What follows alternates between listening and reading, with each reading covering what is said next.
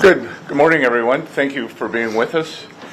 First of all, we want to express our great thanks to the Swiss government for facilitating this trade meeting here in Geneva. We had very productive talks, and I believe that the venue here on Lake Geneva added great equanimity to what was a very positive process. We have reached an agreement on a 90-day pause and substantially moved down the tariff levels. Both sides on the reciprocal tariffs will move their tariffs down 115%.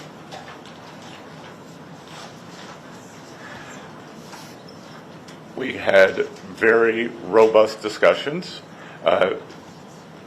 Both sides showed great respect. It was a chance for me to meet the Chinese delegation. The Vice Premier I had previously had only a video call with. Ambassador Jameson was familiar with two of the other leaders on the delegation from his previous time. So there was very good personal interaction. Both countries represented their national interests very well. We concluded that we have shared interest, and we both have an interest in balanced trade. The U.S. will continue moving towards that. I will let Ambassador Jameson talk about the President's initiatives that began on a historic trade announcement on January 20th, which no other president has ever done, following to April 2nd, when we implemented the reciprocal tariffs. Thank you, Secretary, and I will echo your thanks to the Swiss government and Swiss officials for hosting us this weekend. The atmosphere was very conducive to discussions, and thanks to them we were able to have very constructive and positive conversations with our Chinese counterparts who clearly came to deal this week. The rapid nature that we were able to conduct and conclude these discussions is a testament to mutual understanding and mutual respect between the Chinese and U.S. sides. With respect to the U.S.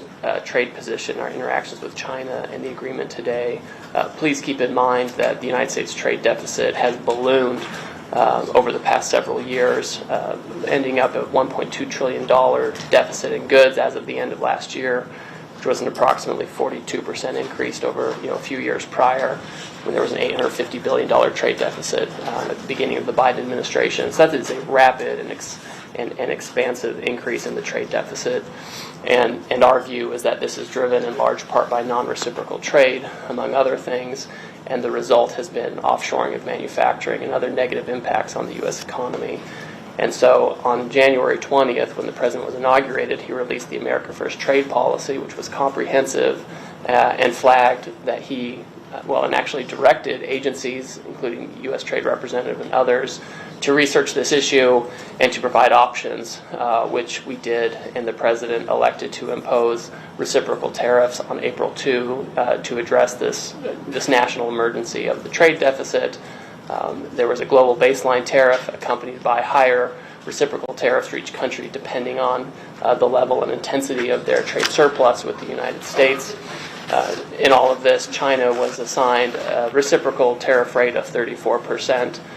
China was the only country that chose to implement retaliation against the United States for this reciprocal tariff. All other countries withheld and decided that they wanted to negotiate with the United States or simply not retaliate. And so we've been in detailed discussions with other countries for several weeks at this point. China, as you know, retaliated not only with tariffs but with disproportionate and asymmetrical non-tariff measures in order to maintain the effectiveness of the reciprocal tariff measures. The President increased our tariff rates to offset Chinese retaliation, And as you know, this escalated to a point where both sides had added 125% tariffs, and with the Chinese side, additional non-tariff measures, amounting to an embargo in some senses on trade, an effective embargo, which of course was not a sustainable practice for either side.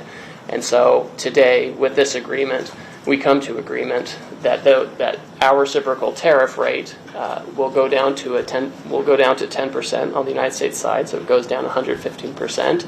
We enter into a 90-day pause period for negotiations, which both the Chinese and the United States are very committed to, and the Chinese on their side also go down 115% to 10%, and they remove the countermeasures that they have in place.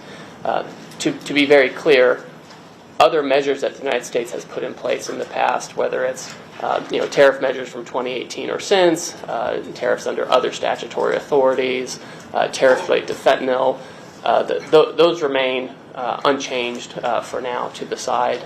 I'll just make one point, is that both the Chinese and the United States agreed to work constructively together on fentanyl, and there's a positive path forward there as well.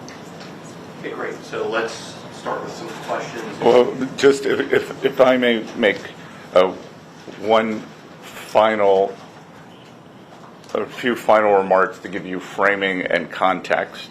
I think throughout the trade process, we have had a plan, we have a process in place, and now with the Chinese, after this weekend, we have a mechanism for continued talks. So, process, plan, and mechanism.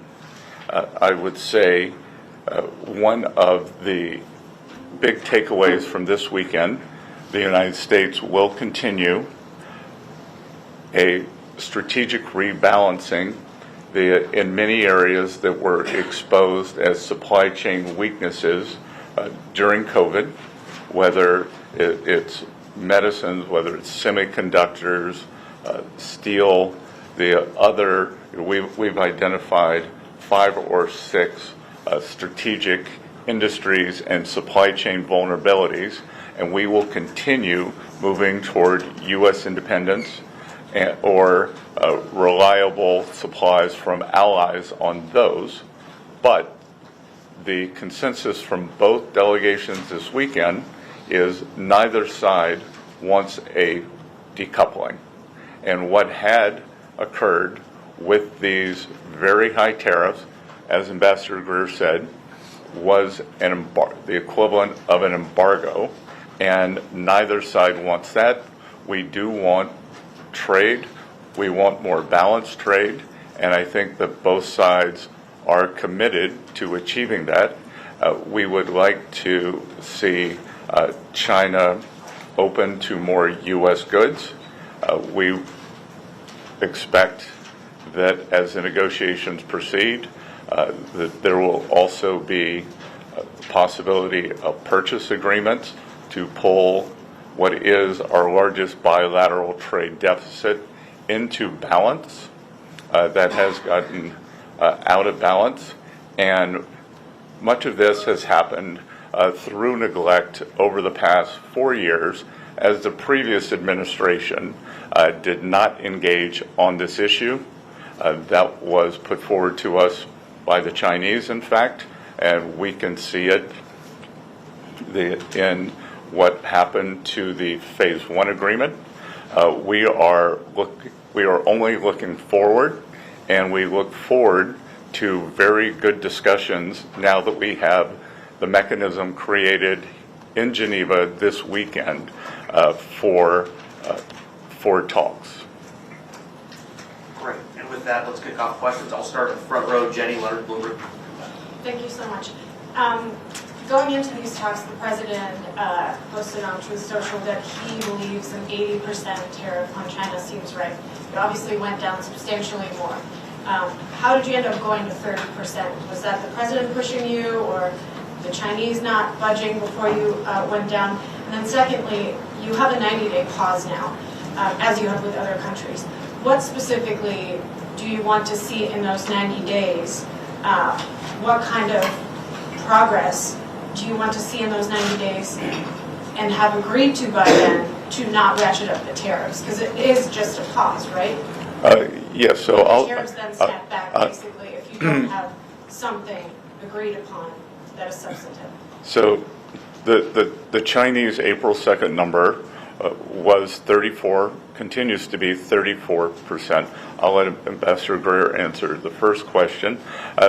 And just like with all our other trading partners, as long as there is good faith effort, engagement, and constructive dialogue, then we will keep moving forward. I would just say, Jenny, with respect to, the president's message and ultimate rates, I mean, everything is a negotiation, right? And the president, he gives the Secretary of the Treasury and I and other members of the cabinet direction and advice on how to proceed. And we ended up at a result that is very good for the United States, very good for China as well. We retain our 10% global baseline tariff, which we have on other countries. We have, in addition to that, previous measures that we've retained, which have been, frankly, effective in reducing the U.S. bilateral trade deficit with China over the past few years. So that leaves us in a very good position all in with respect to measures on Chinese imports, but more importantly, leaves us in a constructive path forward to have a positive conversation with the Chinese on how to rebalance and have more constructive trade. Great. In the back, Associated Press. Associated Press. Hi, I'm Jamie from Associated Press. We just heard our colleague talk about 30% tariffs. I'm just trying to understand these numbers here because they're all over the place. We were at 145 before, apparently, and 125, I believe, from the Chinese side. So can you say clearly now that, I think the question was, right now for the 90-day period, the U.S. tariffs on Chinese goods will be down to 30%? Is that correct for the 30? Could you speak? So again, this agreement is really about the reciprocal tariff, which was imposed by the United States on April 2nd, and the escalatory steps which followed. Those on each side, the Chinese side and U.S. side, ended up at 125% on each other. The Chinese had additional non-tariff countermeasures. That has all come down by 115% to 10% each. The United States earlier this year imposed 20% related to fentanyl. That still exists. So if you're looking at Trump Term 2, tariffs on China, right now effective, it's 30%. There are prior measures which change by product, by sector, by level, etc. You can't really give a specific number on that right now. What matters for the agreement today is that we each agreed to come down on the reciprocal tariff and related retaliation to 10%. So a reduction of 115% down to 10%. Fentanyl is on its own track, but on a very positive track where we're having very constructive conversations with our Chinese counterparts. And I would add a couple of things. This does not include any sector-specific tariffs that have been put across all of our trading partners. And as the ambassador said, I think he would agree with me that the upside surprise for me from this weekend was the level of Chinese engagement on the fentanyl crisis in the United States. They brought the Deputy Minister for Public Safety, who is not traditionally part of the trade team or the negotiating team, and he had a very robust and highly detailed discussion with someone from the U.S. National Security Team. Great. Next, John Huddy with Newsmax. Mr. Secretary, will there be any immediate impact that U.S. consumers will see from this? And what was the toughest part of the talks? The Chinese are, notorious for being very difficult negotiators. Was there any moment that you felt the talks could break down? And as far as the fentanyl, I'm sorry, I know there's 3 questions here, but what are the Chinese willing to do in terms of the fentanyl crisis? Did they make any promises or any agreements to combat fentanyl? Okay. Well, there's a lot to unpack there. So let me recap that. So you're asking U.S. consumers, the last one was fentanyl, and what was the second question? The toughest part of the negotiation. Well, I'll start there first. Both sides represented their national interest well, but we also concluded that we had shared interest and that neither side was interested in a decoupling. And again, a lot of back and forth on various differences in views on fair trade. We informed them, I had a discussion that trade deficits are a result of three things. One, terms of trade. Two, currency. And then three, the United States fiscal position. We informed them that Trump administration is working very hard on containing this out-of-control fiscal deficit that we inherited from the previous administration. Two, there was no discussion on currency. And one, it was on terms of trade. And on fentanyl, again, for the first time, there was engagement between two teams with detailed knowledge. And I think for the first time, the Chinese understood the magnitude of what is happening in the U.S. In 2018 in Buenos Aires.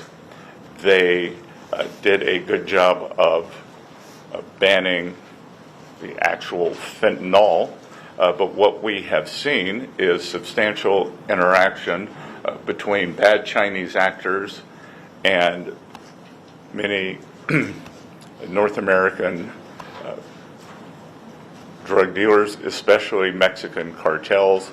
Treasury has designated several of the Mexican cartels as foreign terrorist organizations. We made that clear to the Chinese. They were very receptive. As you may or may not know, the Chinese have very draconian measures for the sale of illicit narcotics in China, and we have asked them to be equally as draconian with the people who are poisoning Americans. And let me make a point. Your question about what was the toughest part of the negotiation, I would submit it was actually, in the lead up to the negotiation, trying to repair channels of communication that had atrophied under the last administration, where, our office, for example, the Office of the United States Trade Representative, had almost no substantive discussions with the Chinese side on trade. And although we have significant differences with the Chinese on trade and economics, and we have major complaints, you have to discuss these complaints. You have to have a channel for discussions, and overcoming that was a substantial challenge. And a lot of work went into that over the past several weeks, so that by the time we got here, we were able to be very pragmatic with each other. And to be sure, there were tough things to deal with on the level of removal, the timing for implementation, managing each side's domestic politics, etc. And I won't go into too much detail, but I would say the toughest part was simply getting to a position where we could, in good faith, both sides work with each other. And once we did, we were able to do this in a couple of days. This is not the first time I've done trade negotiations with the Chinese, and sometimes it can take a very, very long time to overcome misunderstandings. We were able to do that effectively over the past few weeks, which enabled us to be very pragmatic and effective this weekend. And I think we leave with a very good mechanism to avoid the unfortunate escalations as we saw after April 2nd from happening again. What had been very unusual about the relationship was that President Trump, Party Chairman Xi, they have a good relationship, but that the nature of what has happened since April 2nd could have been avoided if we had had this kind of mechanism in place, and I believe it is in place now. I think we leave today with a process that will move forward, and again, great mutual respect for our Chinese counterparts. I believe they showed us the same. And the impact on U.S. consumers? Will U.S. consumers see any resulting result out of this? I mean, Mr. You're the Treasury Secretary, so you're better suited. But I would say on the front end, there's been a lot of talk about impact on consumers that just never really translate to the numbers. Consumption remained high, et cetera. And so I think what we're going to see is that we're going to have our economy continue taking off as we put structure around these negotiations and get global trade into a better place. And as I reiterated last week, the Trump economic plan is 3 pieces: trade, tax, and deregulation. Trade has been implemented first, and that process is occurring. We believe that the tax portion is going very well. Speaker Johnson, Leader Thune, who I am in constant contact with, believe that midsummer that we will pass, as the president likes to call it, his one big beautiful bill, and we believe that that will provide substantial relief for American households. And then deregulation, a hidden and pernicious tax on American households, is regulation. We believe that the last administration added several $1,000s a year to American families' cost, and that we will be not only cutting those substantially, rolling that back, but cutting those substantially. Thanks. I think we have time for about maybe 2 or 3 more questions. The most, sorry, ma'am, name and outlook, please. Yeah, it's Imogen Folks, BBC. It's very heartening what you're telling us. I'm wondering whether you think it might have been a better idea to start at this point of negotiation rather than start with a big list of tariffs and all the global turmoil that caused and the fear, frankly, in some countries around the world. How about, do you think with hindsight it might have been better to reach out and say we want to talk to you guys about this? No, I disagree entirely. We have spent decades at the World Trade Organization in multilateral and bilateral negotiations trying to get other countries to reduce their tariffs and non-tariff barriers to be more reciprocal with the U.S. We've had one of the most open economies for decades. The promise of the WTO and the multilateral system is that everyone was going to come down. It turns out the U.S. went down significantly. There were other economies that had low tariffs as well, but retained very high non-tariff barriers. We have tried really hard to work within the system, and the net result is a $1.2 trillion deficit in goods. The net result is manufacturing went to China, East Asia, Mexico, etc. So we've tried all of that. So the idea that we can just keep saying, well, why don't we just talk a little bit more and we'll have a different outcome, I think just is totally detached from reality. And I would add a couple of things, that as our 18 important trading partners come to us, many with very good deals, as the UK, who skipped to the front of the line as our oldest ally, as Ambassador Greer and I look at their proposals, again, to lower tariffs, to lower the non-tariff trade barriers. Obviously, UK does not have a currency manipulation problem. And the subsidies for labor and industry, we look at these, and I think, how did we get here? How did we get here? And I echo part of what President Trump said, that he doesn't blame the other economies for taking advantage of a fluid, taking advantage of the situation when they were allowed to do it. He blames previous U.S. leaders. So we are just trying to restore a healthy equilibrium. That the U.S. economy has become very unbalanced. On one side, we have a forward-leaning, the deepest and widest financial markets in the world. We have financial innovation. We have the tech sector that is the envy in the world. On the other side, we are a natural resources economy led by energy. So it is a barbell, but in between, precision manufacturing, especially precision manufacturing, has been wiped out, and it is our intent to bring that back. So we want to rebalance, and I think that there is a big opportunity. If I think about this weekend, the Chinese, they have gone the other way. They are unbalanced in terms of overproduction in the manufacturing sector. They have stated, but have not yet rebalanced toward a more consumption-oriented economy. And there is a chance, if we can open up trade to China, have more fair trade toward the U.S., that we could rebalance together. So I reject the notion that business as usual would have worked. Great, and I think this will be our last question as we're just about out of time. Swiss outlet, Urs Geringer with Dearborn Walsh. Yes, I have a question in regard of the setting of these very successful talks as we hear. Switzerland has been in the center for international conferences for many decades.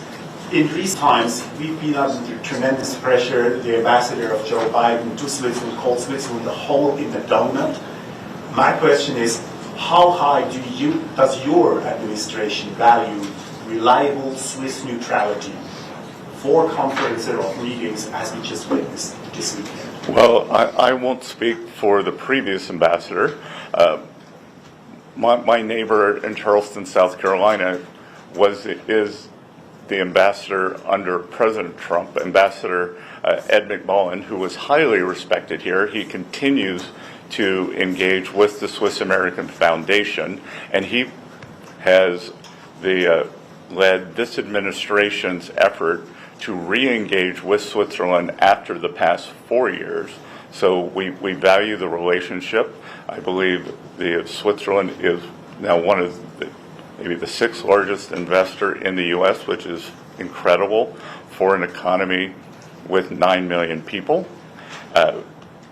We hope that Switzerland will bring some of its very robust trade training programs to the U.S. as we re-engage the manufacturing sector, because I believe the U.S. has a lot to learn from Switzerland. And again, the UK and Switzerland have moved to the front of the queue for the trade deals, whereas the EU has been much slower. So we value that also. And I would say, with respect to the negotiating dynamics, and this may not seem important to those not involved in this, but the atmospherics provided by the Swiss government were incredibly conducive to the conclusions we had this weekend.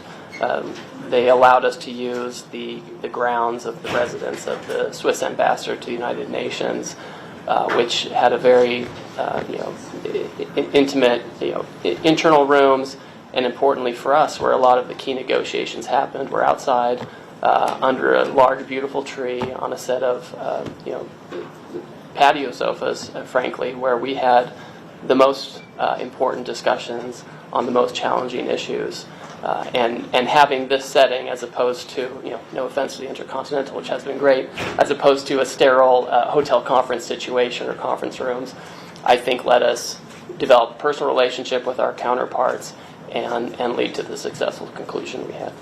Great. Thank you so much, everyone. I think that's it for us in time today. Thank you so much for coming out. And Thank you. Thank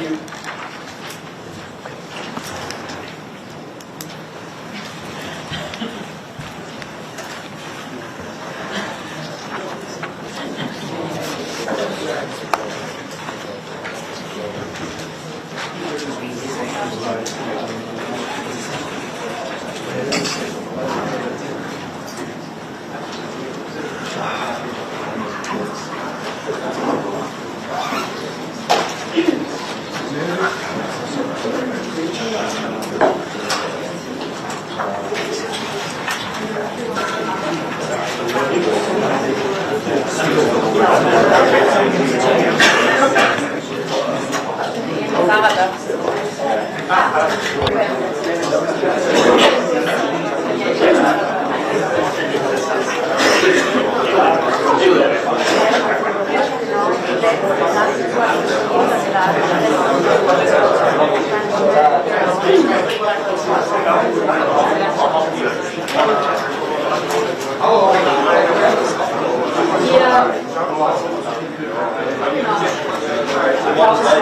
Side